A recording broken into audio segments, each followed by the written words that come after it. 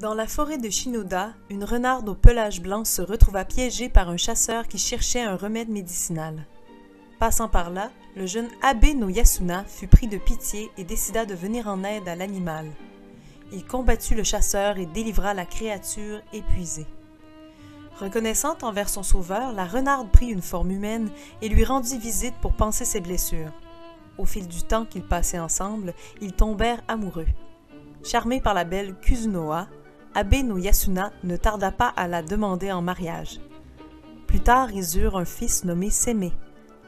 Ayant hérité d'une partie des pouvoirs de sa mère, l'enfant possédait une intelligence et des facultés remarquables.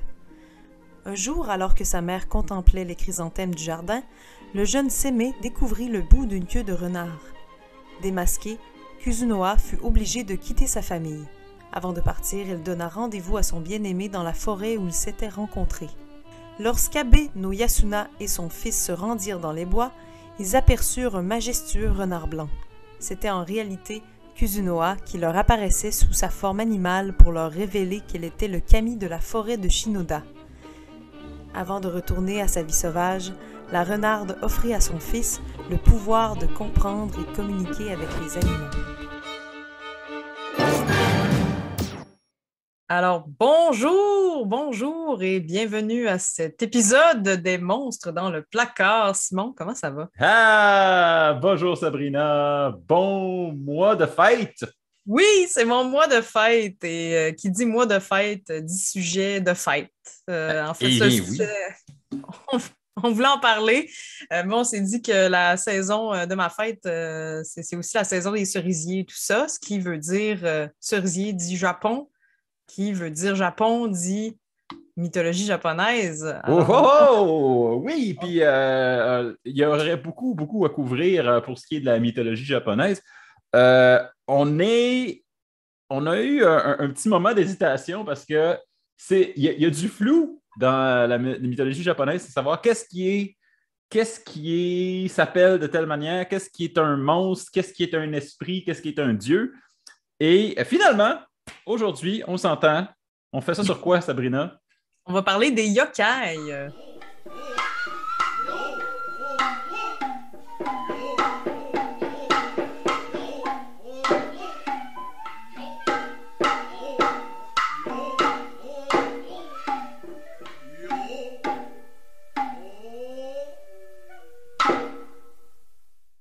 Et là, il y en a peut-être qui ne connaissent pas ce que c'est. Et c'est, je pense, tout l'intérêt du sujet aujourd'hui, c'est d'explorer quelque chose de très différent de tout ce qu'on connaît dans la mythologie partout. Parce Oui, que le Japon, c'est un micro-monde de nouveautés quand on ne connaît pas. C'est une autre planète carrément, donc c'est merveilleux. oui, puis c'est bien parce que les yokai, on a tendance à traduire ça par euh, des esprits ou des démons, mais dans les faits, c'est pas ça. Non, c'est plus C'est unique au complexe. Japon. Ouais. Et ça, c'est pour ça que c'est intéressant d'en parler, je trouve. Ça donne un aspect qui est très spécifique, culturellement spécifique au Oui, Japon. Euh, d'ailleurs, je ne sais pas oui. pour toi, Simon, ce que ça représente les yokai, mais moi, c'est le Japon a toujours été une grande passion et détrompez-vous, je ne suis pas une fan de manga ou d'anime japonais, contrairement à ce que les gens pourraient s'attendre étant donné que j'aime le Japon. C'est vraiment la mythologie qui me fascine et tout ce qui entoure les légendes. Voilà. Ah Donc, ah. depuis que je suis toute jeune, j'ai toujours lu sur la mythologie, sur les créatures, comme vous le savez déjà avec les émissions d'avant. Mais particulièrement, j'ai toujours eu un intérêt pour la mythologie japonaise qui est assez unique en son genre. Alors voilà. Pour ma part, les yokai en particulier, moi aussi j'ai un intérêt pour le Japon. Moi j'ai un background de fan d'animation clairement. Quoique depuis une dizaine, quinzaine d'années, je suis complètement tombé à côté de la traque. Là. Je ne suis pas du tout qu'est-ce qui se passe actuellement dans le monde du manga et de l'anime. Mais j'ai quand même eu l'occasion de découvrir les grands classiques, les studios Ghibli de ce monde. Et j'ai eu l'occasion de me rendre au Japon et de voir, de découvrir la place, d'apprendre un peu le japonais à mes heures. Et cette culture-là, je dirais, du sacré quotidien. Moi, j'adore ça. Ça me fascine. Je trouve que c'est quelque chose qu'on devrait avoir un peu plus. En fait, je pense que si on écoutait un peu plus le folklore des Premières Nations, on se ramasserait avec quelque chose qui ressemble. Parce qu'il y a beaucoup de ça. On va en parler dans la deuxième section de l'émission. Je nous ai fait une petite virée du côté du Shinto, qui est le système de croyance. Absolument. On n'aura pas le choix de parler de shintoïsme On n'aura pas aujourd'hui. le choix. Fait que, on se garde ça pour la partie, le segment science. Le segment. Parce que oui, les sciences humaines, c'est des sciences. Ça risque d'être plus ça aujourd'hui, en fait, effectivement. Yes. Alors, j'ai envie de commencer un petit peu avec les origines de tout ça. Les origines! Les origines! D'où est-ce que ça sort-tu, ces histoires-là? Qu'est-ce que c'est des yokai? C'est tellement dur à définir. Eh oui, parce que ça englobe beaucoup de choses. Pour nous, ici, on pourrait dire, quand on parle des fées, par exemple, on parle de beaucoup de choses. Oui, on ne parle pas juste des fées, les petites madames avec des ailes qui dansent dans une prairie. On parle de tout ce qui a trait au peuple féerique. Donc, je pourrais dire que les yokai, c'est un peu ce même parallèle-là. C'est une espèce de fourre-tout à esprit, démon et créatures. Mais commençons par l'étymologie du mot. Alors, le mot yokai, c'est composé de plusieurs kanji, entre autres le kanji attirant et le kanji mystère. Ça, pour les gens à la maison qui ne savent pas ce que c'est, le kanji, c'est les caractères de l'écriture japonaise. Les caractères d'écriture, oui, c'est ça. Donc, une des catégories d'écriture japonaise qui existe. Alors, un mix entre attirant et mystère. Donc, c'est une dérive du chinois yaoguai. Je suis désolée si je prononce ça tout croche. Je ne parle pas chinois. Et ça viendrait dans la littérature en termes littéraires chinois. Ça voudrait dire monstre bizarre. Et, fascinant, attirant ouais, et exact. mystérieux. Fascinant, on parle de mystère, apparition, parfois même calamité ou ensorcelant sont utilisés là, pour dire attirant. Puis en coréen, on parle de yogui. Donc là, je le prononce vraiment comme je le lis, excusez-moi, qui voudrait dire être vivant, forme d'existence ou un phénomène extraordinaire, dans le fond. Donc, on parle vraiment d'étrangeté, de trucs bizarres. OK. Donc, fait que les yokai sont comme des manifestations du bizarre. Comme les étrangetés mystérieuses. OK. Les étrangetés mystérieuses. Genre, ouais. Ça aurait dû être ça, notre nom de podcast. Bienvenue aux étrangetés mystérieuses. C'est vrai, ça ferait plus québécois slang. Ouais, les étrangetés. Si jamais on se refait un décor dans une vieille grange, on va appeler ça Bienvenue aux étrangetés mystérieuses. Ça serait excellent. Oui. Alors, il y a quand même des synonymes pour parler des yokai. Parce qu'on peut dire yokai, c'est pas mal le terme générique, mais on peut aussi les appeler ayakashi ou mononoke.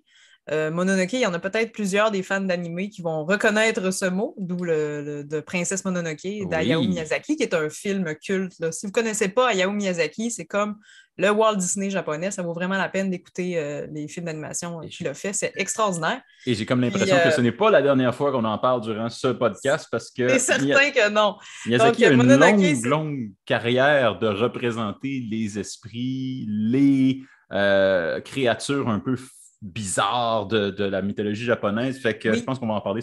Absolument. Si vous voulez en connaître plus sur le folklore japonais, c'est tout indiqué et c'est inspiré vraiment des légendes. Alors, ça vaut vraiment le détour. Donc, bien sûr, Mononoke voudrait dire monstre, tout simplement. Et c'est souvent utilisé aussi pour parler des yokai. Fait qu'un yokai, mais ça a l'air de quoi? Qu'est-ce que c'est physiquement? Il y a plusieurs catégories de yokai. En fait, il y en a énormément. Il y a, je dirais, 3 grandes catégories, mais il y en a sûrement plus que ça, que j'ai répertoriées. Soit ceux qui sont des animaux, donc soit animaux ou des formes humaines, moitié animales, là, anthropomorphiques, je crois que c'est ça le mot. Oui. Ça. Il y en a que ça va être des humains qui ont l'air de des humains, mais qui ont une caractéristique surnaturelle. Par exemple, des femmes avec un grand cou qui s'allonge. OK. Puis, il y en a même que ça va être des objets. Genre des choses, des objets du quotidien. Mais des objets qui deviennent vivants. Okay. Par exemple, un vieux parapluie qui a été oublié pendant 100 ans dans une ruelle qui, à un moment donné, s'anime et voilà. se met à vivre et à être un trickster, donc jouer des tours aux passants. C'est malade. Il y a un peu cette notion-là de trickster qui entoure les yokai. J'aime ça le parallèle que tu faisais avec les fées. C'est que c'est vraiment c'est pas des esprits du monde naturel, c'est comme des fouteurs de troubles ou Oui, mais ils vivent dans notre quotidien. Ouais. Donc, pas forcément dans la forêt, contrairement aux fées. Okay. Quoi qu'il y a des fées de maison aussi. Mais bref, un peu comme les fées, effectivement. Tout à fait. Donc, ils peuvent être de bon augure, mais de mauvais augure aussi. C'est assez... ça dépend lesquels. Puis ils jouent des tours. Oui. Il y en a beaucoup qui jouent des tours, du moins. Il y en a qui sont des mangeurs d'humains aussi. Là. Ça, c'est un gros tour, ça. C'est un gros tour. Ça dépend lesquels tu croises, disons. Mais un peu comme les fées, il y en a qui vont noyer les humains ou qui vont être là pour autant que leur jouer des tours puis porter bonne fortune. C'est assez vaste. Beaucoup de possibilités de rencontres. Oui. Donc, c'est ça. Il y en a plusieurs. Donc, tu parlais de ceux qui ont l'air des animaux, ceux qui ont l'air des humains, puis ceux qui sont des objets. Oui, des objets. En fait, je ne sais pas si tu voulais qu'on parle des kami tout de suite. Sinon, j'ai un petit segment sur les kami en deuxième partie d'émission, mais je pense que ça vaudrait la peine d'en parler parce que, pour ceux qui ne savent pas, kami, c'est l'appellation de Dieu, en fait, un esprit, un Dieu dans le Shinto, dans la religion traditionnelle japonaise. Et c'est très lié à la notion de yokai, fait que je pense qu'on n'aura pas le choix, Sabrina. Absolument, on y reviendra. Mais je peux faire une petite tournée de certaines créatures que j'ai particulièrement appréciées là, dans mes explorations sur les yokai. Vous allez voir que c'est très différent de tout ce que vous connaissez de la mythologie qui vient de chez nous. Voilà, si ça te va. Absolument. Parfait. Alors, on peut parler des Yama-uba, qui sont des vieilles sorcières des montagnes, qui mesurent environ 3 mètres de haut, qui élèvent parfois des enfants humains, mais qui peuvent manger des humains également. Les Oni, qui sont l'équivalent des ogres du Japon, mais qui sont considérés comme des démons, qui ne sont jamais de bon augure. On peut les utiliser pour éloigner la malchance lorsqu'on fait de la construction de maisons, apparemment. Ah, ils chassent les indésirables. Voilà. Les kitsune, bien sûr, qui sont des séductrices, dont des esprits renards qui vont prendre des formes humaines, vivre parmi les humains en possédant le corps d'un humain, qui sont parfois des méchants qui vont manger les humains. Parfois, c'est des êtres bénéfiques qui sont là pour vivre parmi les humains parce qu'ils sont des envoyés d'Inari, la déesse des moissons. Donc, les kitsune puis les Yama-uba font partie un peu des kami. On y reviendra. Mm-hmm. Les tengu aussi, donc divinité guerrière, démon avec des ailes. En fait, un grand nez, je ne me souviens plus s'il y a des ailes. Bref. Oui, la plupart du temps, les tengu sont représentés avec des ailes, certaines fois comme des oiseaux même, mais la caractéristique du grand nez bossu, c'est... en fait, sont un peu vautours dans la vue les tengu. Donc ça fait partie des plus catégories kami ou sur la ligne entre le kami et le yokai. On y reviendra. Mm-hmm. Ensuite, le kappa, qui oui. une créature qui ressemble un peu à une tortue avec un bec de canard. Il tripe sur les concombres, il a tendance à manger les humains, puis il crie comme un enfant pour attirer ses proies. Pour s'en défaire, tu dois le saluer bien bas, en fait. Oui. Si tu n'as pas de concombre sur toi, parce que tu peux négocier un concombre contre la vie, mais sinon, tu peux faire une révérence et il va se pencher bien bas, étant donné que les kappas, c'est des monstres de principe. Et ils ont un bol d'eau sur la tête et, dans le fond, en faisant une révérence, il va renverser son eau, ce qui peut le paralyser et même le tuer. Voilà. Parce qu'il y a un trou dans le crâne avec de l'eau. Et donc, il ne peut pas s'empêcher de faire sa révérence. Et donc, c'est ça. C'est quand même drôle, malgré tout, jusqu'à la mort. Les akaname, donc, qui sont des espèces de créatures avec des grandes langues qui sont très sales et ils aiment licher des affaires sales. Donc, on dit aux enfants de ramasser leur chambre pour pas que les akaname fassent un nid dans leur chambre. C'est assez sympathique quand même.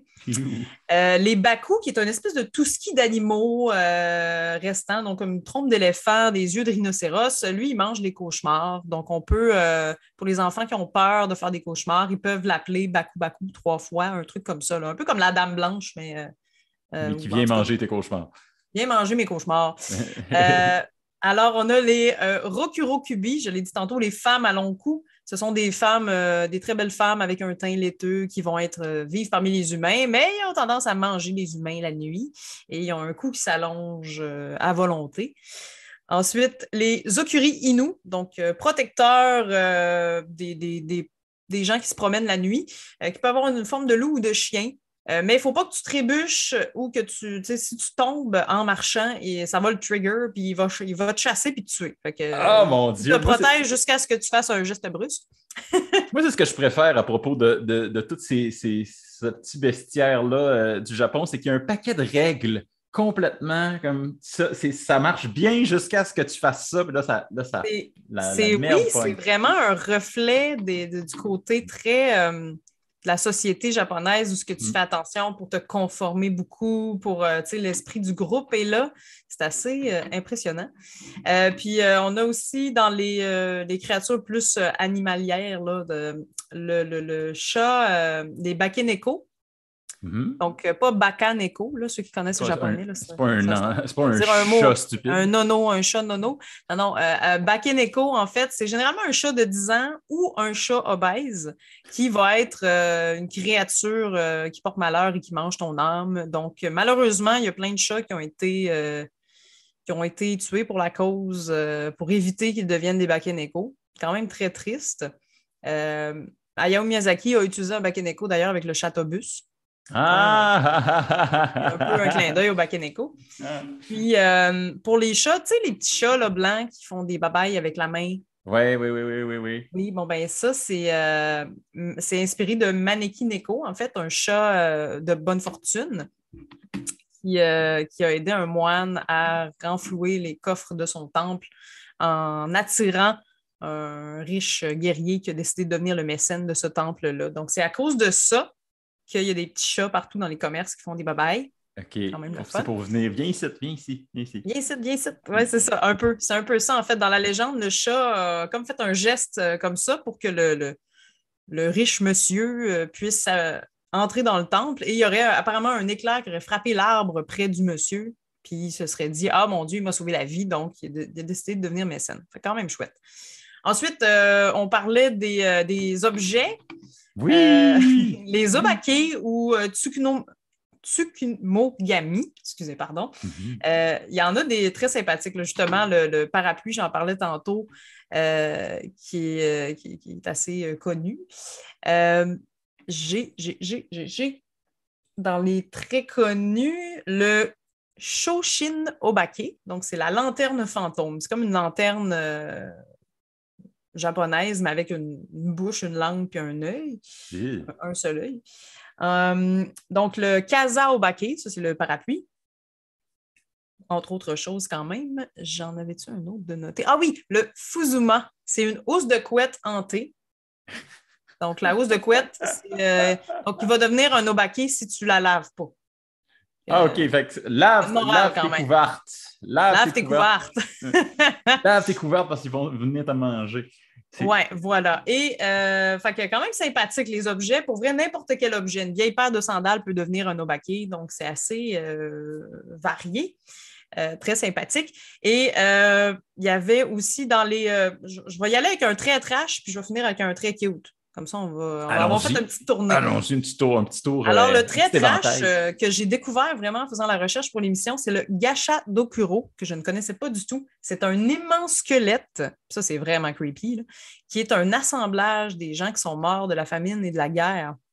Wow! Un gigantesque squelette qui ferait un bruit osseux et peurant avant d'attaquer ses victimes, puis qui mangerait les gens, qui écraserait les gens. C'est vraiment très effrayant. Voilà. Wow, OK. Celui-là, il est level 20. Oui, celui-là, j'ai crime. Je l'avais jamais lu sur celui-là, mais quand même, c'est pas très. Mais c'est lequel ton très cute d'abord? Mon très cute, qui est probablement un des préférés du Japon, parce qu'il est aussi de bon augure, c'est le tanuki. Oh.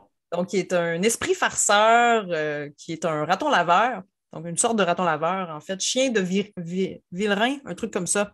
J'ai oublié. C'est une variété de raton laveur, bref. Et ce qui est particulier de ce raton laveur-là, c'est que c'est une espèce de lutin sympathique. Donc, dans les commerces, il y a beaucoup de statuettes de tanuki, au même titre que le chat qui fait babaye.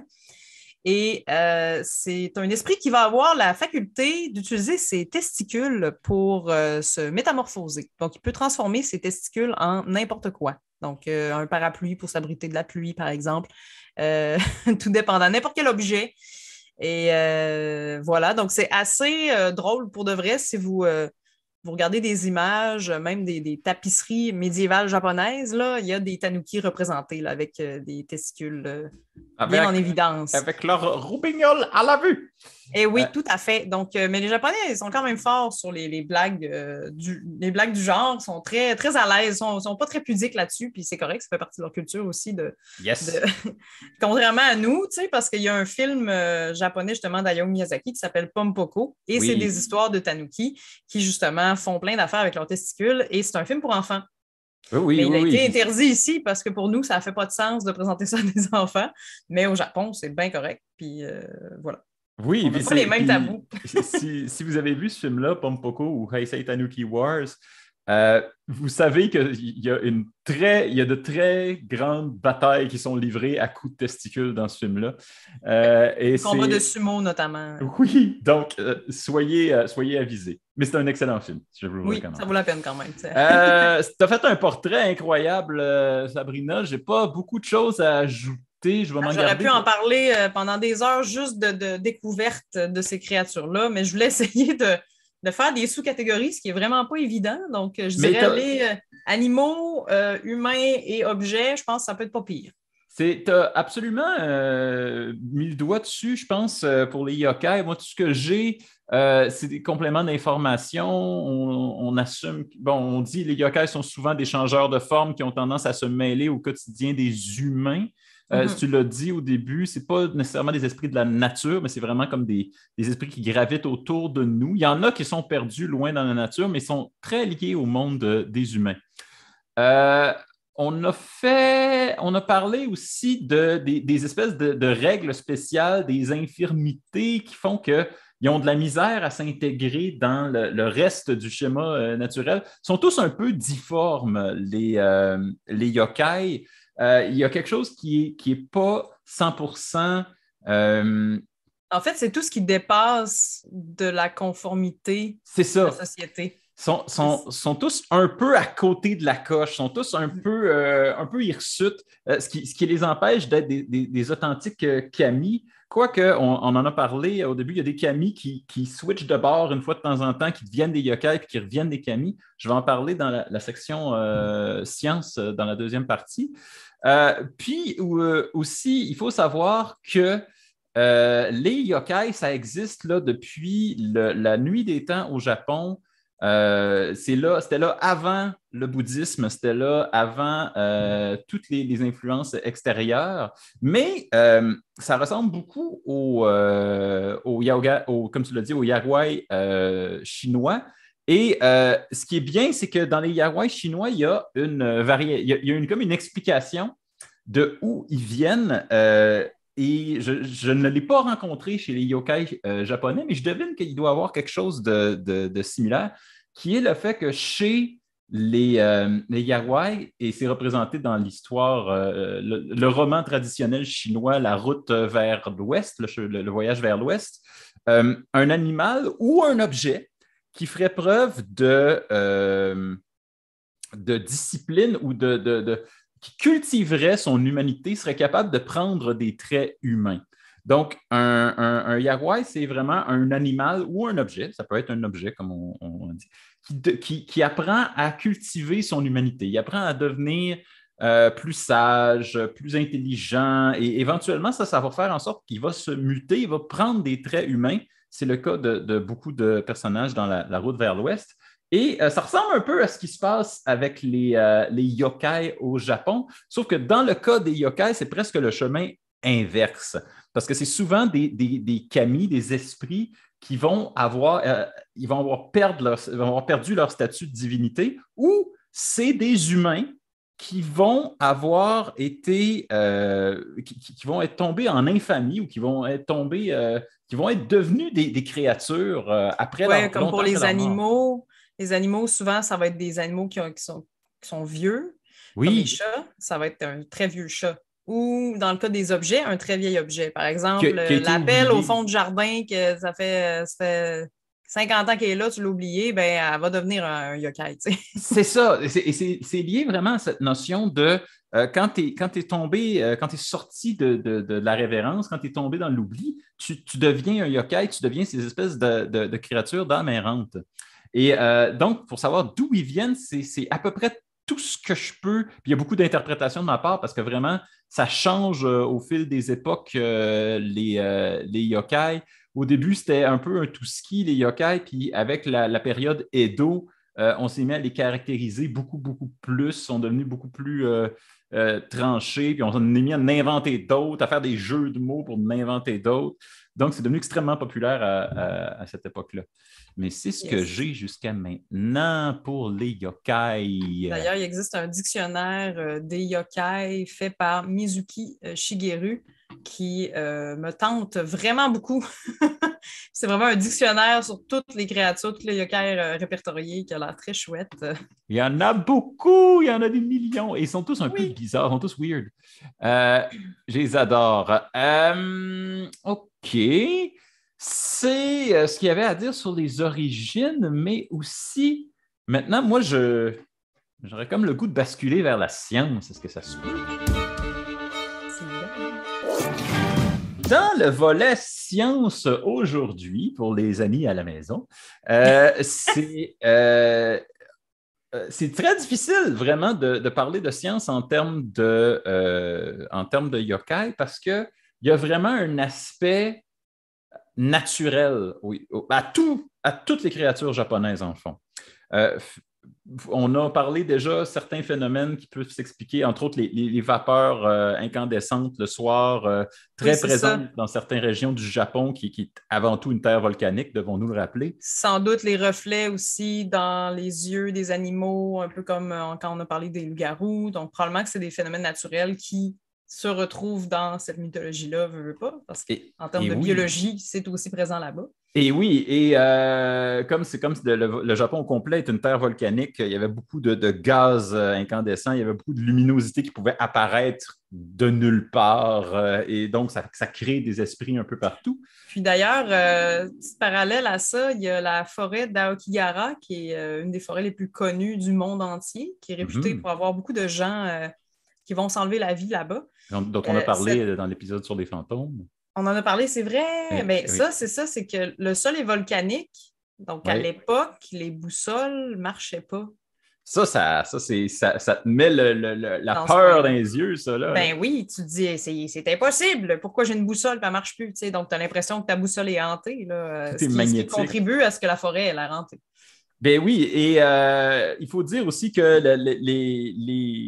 les cas rapportés de yokai sont diminués au fur et à mesure que les phénomènes naturels sont expliqués tout au long de l'histoire. Mais quand on parle des anciens écrits, les écrits qui datent de 1000 ans, 1500 ans, la période de l'Antiquité japonaise, avant le Moyen Âge, on parlait qu'à la cour de l'empereur, déjà, il y avait plusieurs manifestations de yokai. On a été obligé de faire venir une purification, un prêtre purificateur pour chasser tous les yokai, parce qu'il y en avait un à toutes les 2 semaines, un yokai qui se manifestait à la cour de l'empereur. Puis ils étaient tenaces. Déjà dans les écrits de Sei Shonagon en début du 11e siècle, on disait qu'il y a des mononoke tenaces qui commencent à hanter les entourages les entourages de la noblesse et ils sont impossibles à déloger. Donc, c'est quelque chose qui faisait partie du quotidien.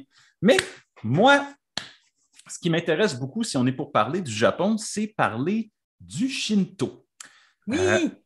Oui, parce que on parlait des yokai comme étant des fées, mais encore là, on n'est pas tout à fait ça coche parce que les yokai sont leurs propres créatures et ils appartiennent vraiment, vraiment au folklore japonais. Et pour bien comprendre comment la culture japonaise comprend le monde, il faut comprendre le Shinto. D'ailleurs, je tiens à dire que j'ai comparé aux fées pour essayer de trouver une espèce de grande catégorie fourre-tout, mais c'est pas du tout le même genre de créature. Les yokai sont une catégorie à part entière, là, vraiment. Là. C'est juste pour qu'on C'est vrai, mais comprenne un peu. je trouvais que c'était une bonne association parce que les fées aussi, c'est un peu un fourre-tout pour des phénomènes surnaturels qui se Voilà. promènent un petit peu partout. Donc, bonne association. Mais il faut comprendre tout d'abord qu'au Japon, euh, tout ce qui existe a un esprit. Les esprits sont appelés kami et le Shinto, on a appelé ça la religion autochtone du Japon, mais pour vrai, ce n'est pas vraiment une religion, c'est plus une pratique, un système de croyance. Dans le fond, ça pourrait se traduire par la vénération des kami. Vraiment, c'est ça. Tout un kami, tu lui dois respect, il faut que tu le remercies quand il t'arrive quelque chose de bien. Il faut que tu t'enquères sur quand tu arrives à une nouvelle place et qui les kami dans la place et comment tu leur rends hommage, qu'est-ce qu'ils aiment, qu'est-ce qu'ils n'aiment pas. Et il peut en avoir dans ta maison, il peut en avoir il va en avoir dans la nature autour de Est-ce qu'on toi. peut dire que les kami sont des esprits? C'est comme les esprits, mais c'est pas juste les esprits, c'est vague. C'est les dieux aussi. Les créateurs du monde sont des kami, mais vous avez aussi des kami dans l'eau, vous en avez dans les rivières, vous en avez dans la forêt, vous en avez dans les arbres spécifiquement. Votre famille peut avoir un kami associé à vous que vous allez vénérer. Et les kami, souvent, résident dans les temples, dans les temples qui sont dédiés, qui leur sont dédiés. Et si vous voulez les remercier, leur rendre hommage, il faut aller dans ces temples-là et leur faire des offrandes. Les temples il y en a qui sont visibles, c'est des grands lieux, c'est des grandes places. Il y en a qui sont difficiles d'accès parce que le kami est lui-même loin des hommes. Et donc, pour aller rendre hommage à ce kami-là, il faut que tu ailles chez eux, dans la montagne ou dans la forêt, ou même des fois dans la mer, sur une île bien, bien reculée. Puis là, c'est dur, mais le pèlerinage fait partie de ça. Pourquoi je parle de ça? Parce que des kami, il y en a partout, on en a parlé. Et comment sont-ils distincts des yokai? Les kami, ce sont les esprits de la nature, en fait, de l'ordre des choses. C'est le Kanagara, qui est le chemin des kami. C'est ce qu'on, dans le fond, comment on explique l'ordre naturel des choses. Or, ça dépend, dans la culture japonaise, ça dépend absolument du respect qu'on paye au kami.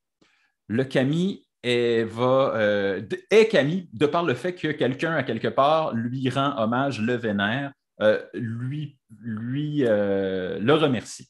Si il tombe en désuétude, si on arrête de le vénérer ou s'il est oublié, il peut devenir un yokai. Donc, une créature qui a été arrêtée d'être vénérée ou qui est devenue, comme tu as dit tantôt, trop vieille ou qui a sombré dans l'oubli, ça va devenir une yokai. Il ne meurt pas, il continue d'être là, mais il reste comme en frange de la société, à l'extérieur, et des fois, peut-être qu'il va être fâché et il va essayer de se venger. Je dis ça, mais en même temps, il y a des kami qui fréquemment vont et viennent entre le statut de kami et le statut de yokai. Tu parlais tantôt des kitsune. Ouais. Kitsune est un exemple là, qui tantôt est un messager de Inari. Merci. Ouf, j'ai failli blasphémer juste là. Donc, Inari, c'est la déesse des moissons, mais également des pêcheurs, des forgerons et des prostituées. Donc, c'est ça. C'est assez hétéroclite. C'est vaste. C'est vaste. Donc, elle, c'est une kami et ses messagers, les renards, sont également des kami, mais peuvent devenir yokai.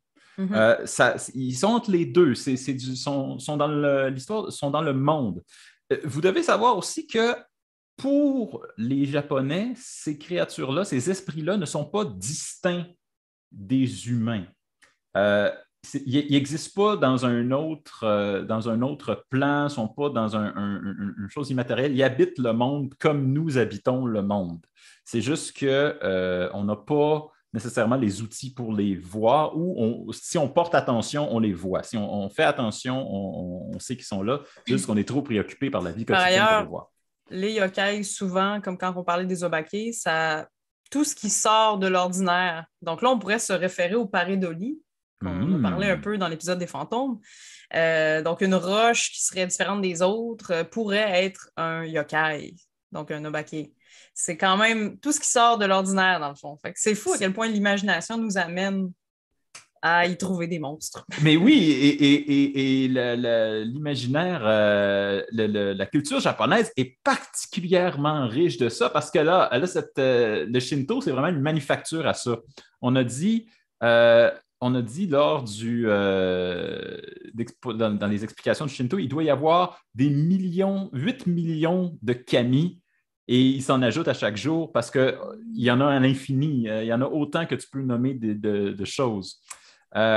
Et c'est ça. Donc, un kami, c'est un esprit qui est vénéré, qui est respecté, qui fait partie de l'ordre naturel du cosmos. Et un yokai, c'est un peu à côté. C'est une créature qui n'est pas nécessairement en accord avec l'ordre naturel du cosmos, mais qui est là et qui peut être bénéfique ou maléfique, mais qui obéit selon ses propres codes, son propre code, et qui sont souvent un peu hirsutes, un peu distincts. Voilà ce que j'allais dire à propos du Shinto. Pourquoi je rentre ça dans le volet science? Parce que c'est vraiment un aspect de la culture qui est établi. C'est dans le patrimoine immatériel de l'humanité. C'est vraiment un aspect de la culture et surtout une vision du monde qui est propre au Japon. Et ça vaut la peine d'être découvert.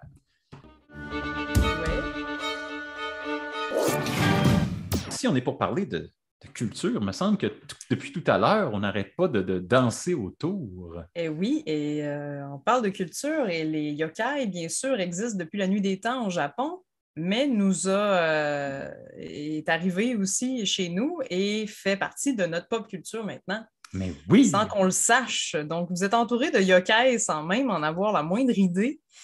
Si on peut référer, par exemple, aux Gardiens de la Galaxie. Donc, Rocket Raccoon, c'est un tanuki. Il a tout d'un tanuki. Ah, mon Dieu, je ne l'avais pas vu venir, celle-là. Ben oui, oui. Absolument. Ensuite, les Pokémon. Donc, si vous prenez juste le temps de regarder les Pokémon, c'est d'inspiration yokai à 100%. Là, si vous regardez. Et des fois, textuellement, des fois, il y a littéralement des yokai qui ont été pris tels quels et qui ont été mis dans les Pokémon. Absolument. Donc, dans tout ce qui est jeux vidéo et tout ça, il y en a un peu partout. Là. Ça vaut la peine de regarder. Et tout ce qui est d'origine japonaise, tout ce qui est créature, a quand même des référents assez apparents, là, si vous connaissez vos créatures un petit peu. J'ai tout de même une espèce d'historique littéraire des yokai devant moi. Comme je le mentionnais précédemment, ça fait plus de 1500 ans qu'il y a qu'on écrit sur l'existence des yokai au Japon. Seisho Nagon, déjà dans son Pillow Book, qui en parlait il y a plus de 1000 ans. Mais autour de la période médiévale au Japon, on commence à voir apparaître des otogizoshi.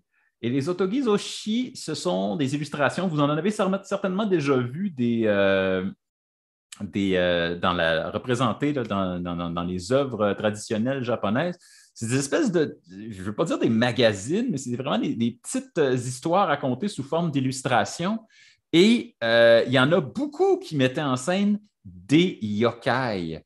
Il y en a certains qui sont apparus vraiment autour de ça, accompagnant d'autres histoires traditionnelles du Japon, comme l'histoire de la princesse Kaguya ou l'histoire de Isunboshi, qui était comme le tome pouce japonais. Et donc, il y a beaucoup, beaucoup de yokai qui sont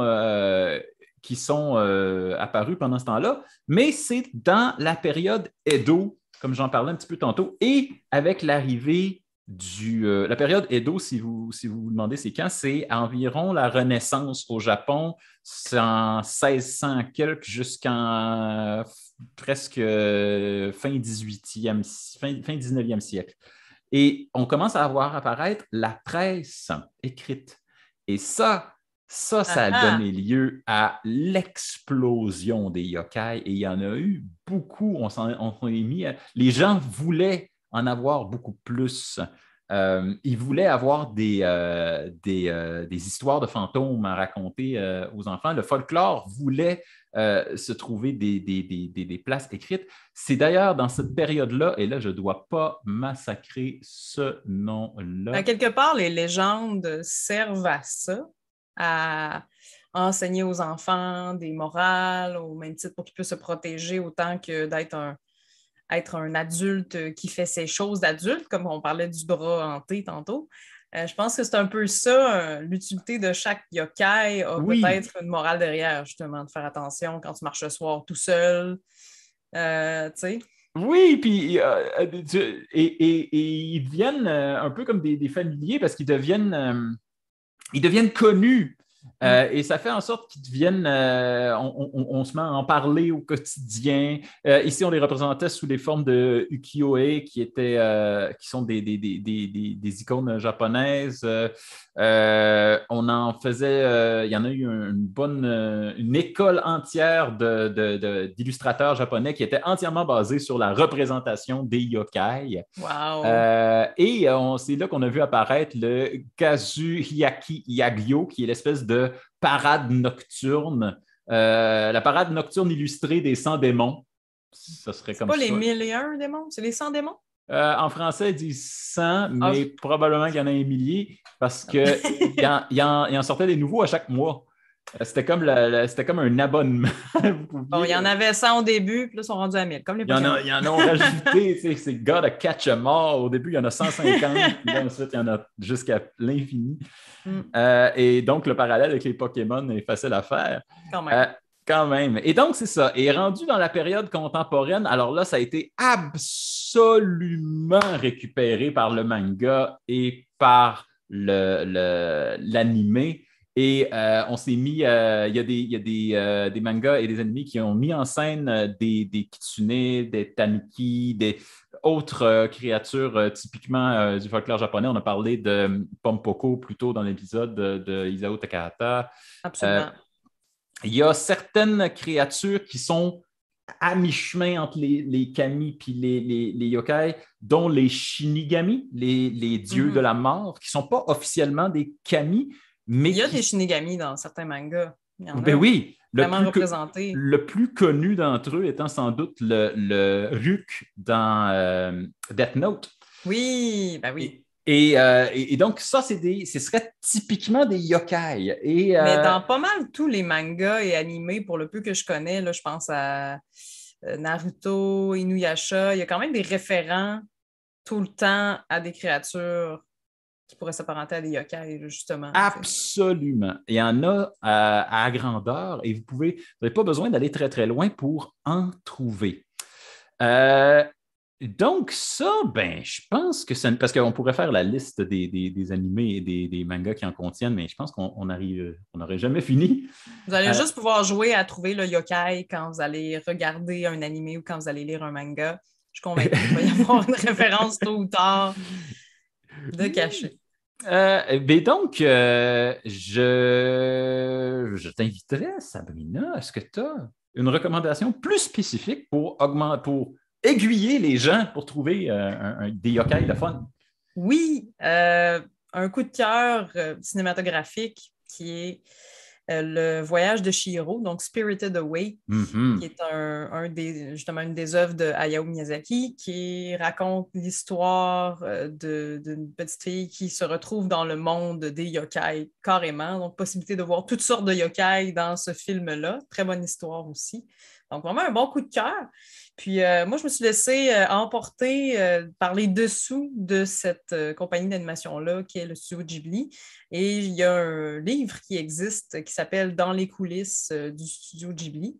donc qui raconte un peu les inspirations. Hayao Miyazaki, qui est quand même un génie de l'animation, comment il a fait pour certaines créatures, justement, sur quel animal il s'est basé. Hayao Miyazaki a déjà fait rentrer un chien dans les bureaux pour que les animateurs puissent étudier les comportements du chien pour pouvoir faire des meilleures animations. Donc, quand même assez révolutionnaire dans sa façon de faire et très, très proche de ses personnages. Pour Princesse Mononoke, au passage, là, il y a un personnage, un moment donné, qui perd un membre. Je ne vous dis rien, je ne veux pas spoiler ceux qui ne l'ont pas vu. Et dans le fond, ce personnage-là, c'est la compagnie d'animation, la production avait demandé à Miyazaki de faire que ce personnage-là meure, carrément. Et il a dit, c'est le maximum que je peux faire, c'est faire en sorte qu'il se fasse arracher un membre. Fait que c'est vraiment impressionnant puis touchant de voir à quel point il est proche de ses personnages dans ses écrits autant que dans ses films. Fait que je vous recommande si vous êtes curieux de voir qu'est-ce qui se passe derrière. Là. Donc, voilà. Oui, si vous n'avez pas découvert le studio Ghibli, ils sont disponibles. Je pense qu'ils sont entièrement disponibles. C'est sur Netflix ou. Il me semble que c'est Netflix, oui. Plateforme.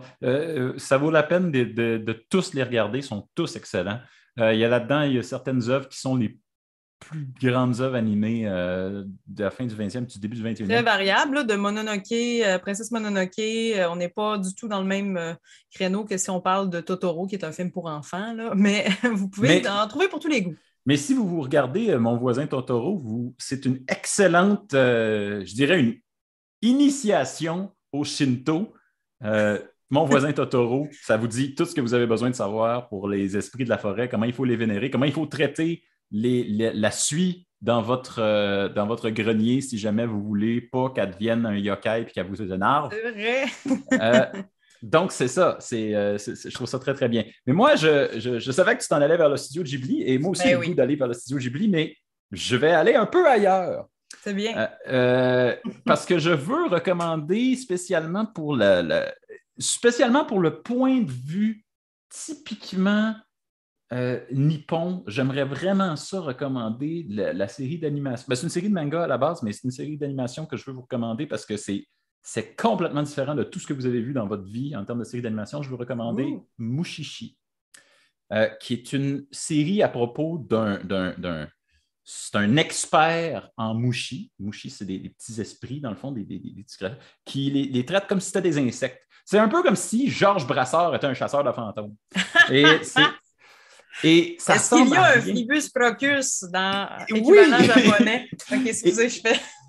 Il y a des fans de Bruno Blanchet dans la salle et on les reconnaît tout de suite. C'est touchant, c'est calme, et à toutes les fois, à chaque épisode presque, on rencontre un nouveau type d'esprit comme ça. Et on l'étudie comme si c'était un insecte, comme si c'était quelque chose de fragile et de beau, même si des fois c'est dangereux.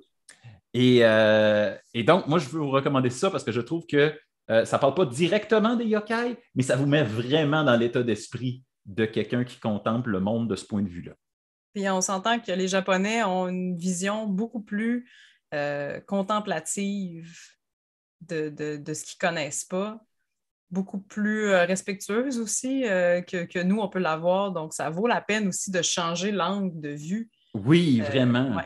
Puis ouais. Je pense que la notion de respect, c'est intégral au Japon, pas juste d'humain à humain, mais aussi d'humain à l'univers, tu sais, de rendre hommage à ce que le monde nous donne.